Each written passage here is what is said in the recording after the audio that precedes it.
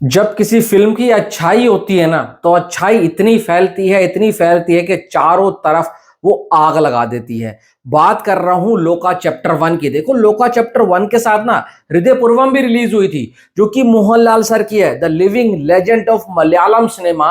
और साथ साथ उन्होंने जो अपनी और लैंग्वेज के अंदर अपनी पकड़ बनाई है ना, वो भी कम नहीं है। एक राज्य से निकलकर पूरे देश के ऑडियंस को इंटरटेन करना और उनको अपना फैन बनाना कोई आसान बात नहीं होती। उस फिल्म ने भी 80 करोड़ कर लिया है, पर लोका चैप्टर 1 जो कर रही है वो हिस्टोरिक है। हिस्टोरिक सदियों में एक बार होता है, एक डिकेट में एक बार ऐसा होता है कि कोई ऐसी फिल्म निकल कर आती है जो हर सेक्शन की ऑडियंस को पसंद आती है।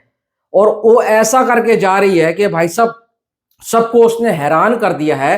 देखो, प्रियंका चोपड़ा, आलिया भट्ट, तृप्ति दिमरी एंड रश्मिका मंदाना, ये वुमेन पावर को दर्शाती हैं। और इन चारों ने लोका चैप्टर 1 की डे 1 से तारीफ की है। और आज जब ट्विटर के ऊपर तरण आदर्श ने इन चारों के ट्वीट्स को शेयर किया, या उन्होंने जो अच्छा नोट लिखा था, जो स्टेटस डाला था, जो भी था, उसको जब शेयर किया ना, तो सोशल मीडिया के ऊपर हंगामा मच गया। देखो, एक वुमन सेंट्रिक फिल्म को इतना ज्यादा प्रेज मिलना आज तक कभी नहीं हुआ भाई, आज तक कभी नहीं हुआ। पर लोका चैप्टर 1 ने सारे बैरियर तोड़ दिए, सारे हसल तोड़ दिए। जो जो रुकावटें आई उनको तोड़ते हुए ये भाई साहब बॉलीवुड की नंबर 1 फिल्म बनने जा रही है। इसमें कोई हैरानी नहीं होनी चाहिए अगर 300 करोड़ वर्ल्ड वाइड कर लेगी। और अगर ऐसा कर जाती है तो पहली फिल्म होगी जो 300 करोड़ क्लब में पहुंचेगी। और अगर ये 270 तक पहुंच जाती है ना, तो भी ये नंबर 1 फिल्म पहुंच जाएगी। उसमें सोचो, दो मोहनलाल सर की है, एक थोडारूम है और एक भाई L2 इम्पुरान है, और उसके बाद अगर कोई है तो मंजूमल बॉयज है। ये अलग ट्रैक पर निकल चुकी है और उस ट्रैक पर निकली है जो इसके पीछे अब कोई नहीं दौड़ सकता, और बहुत तेजी से भाग रही है। अब इसके जो जादू है ना, वो हिंदी बेल्ट में भी नजर आ रहा है। देखो, दादागिरी एक्सपोज हो चुकी है, पूरी तरीके से दादागिरी एक्सपोज हो चुकी है।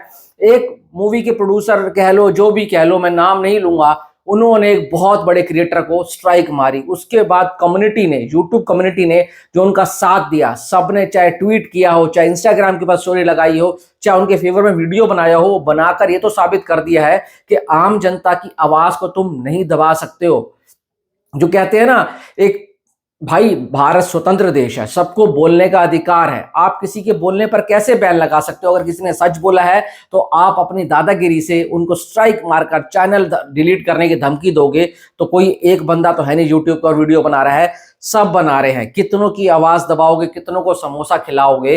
भाई साहब, आज के जमाने में जनता सब जानती है, जनता को पता है, और जो हो रहा है वो बहुत सही है। लोका चैप्टर 1 को हिंदी में शोज नहीं मिल रहे हैं, फिर भी जितने शोज है ना, उनमें भाई वो हाउसफुल चल रहे हैं, 80% ऑक्यूपेंसी चल रही है। उसके बावजूद भी एग्जीबिटर, डिस्ट्रीब्यूटर शोज कम लगा रहे हैं। उनको पता है यार, पीछे से कुछ है कंपनियां जो रोक रही हैं हिंदी बेल्ट के अंदर उसके शोज लगाने में। जबकि आप देखो, तमिल में अच्छा कर रही है, तेलुगु में अच्छा कर रही है, ओवरसीज में तो फाड़ रही है, कोई रोक नहीं सकता। 11 मिलियन का धंधा इसने ओवरसीज से कर लिया है। और जब ये अपना रन कंप्लीट करेगी ना, तो मुझे लगता है ये 16 मिलियन या 17 मिलियन के आसपास जाकर रुकेगी। अगर ऐसा कर जाती है तो ओवरसीज में भी कमाने वाली ये मलयालम इंडस्ट्री से आई सबसे बड़ी फिल्म बन जाएगी, जो कि अपने आप में एक रिकॉर्ड होने वाला है।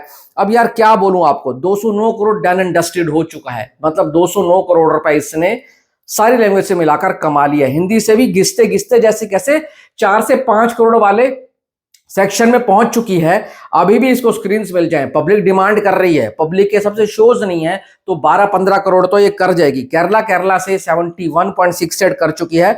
अब केरला में ना इसने बाहुबली 2 को बीट कर दिया है और मंजूमल बॉयज को बीट कर दिया। कुछ लोग आएंगे, बोलेंगे बाहुबली 2 को इस लैंग्वेज की फिल्म थोड़ी थी।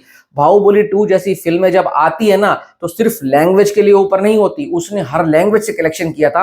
और केरला के अंदर बाहुबली 2 को बीट करना अपने आप में एक रिकॉर्ड है। ये दर्शाता है कि इस इंडस्ट्री में दम है, यहाँ के डायरेक्टर्स में दम है, यहाँ की स्टोरी लाइन में दम है। और जिस तरीके से स्टोरी का नरेशन किया जाता है ना, वो तो भाई साहब आउट ऑफ द बॉक्स है। आने वाली बहुत फिल्में हैं इनके पास, और इस तरीके से पब्लिक का सपोर्ट मिलता रहा और इस तरीके से अच्छी फिल्में बनाते रहे, तो वो दिन दूर नहीं है जब ये भाई साहब ड्राइव करेंगे मतलब कि कह रहा हूं ये ड्राइव करेंगे और इंडस्ट्रियां साथ में बैठकर देखेंगी, कंडक्टर सीट पर या पीछे सीट पर, ये सिनेमा को ड्राइव करने वाले हैं। ये मैं आज गारंटी से कह सकता हूं। बाकी आपकी क्या राय बताना। Thanks for watching.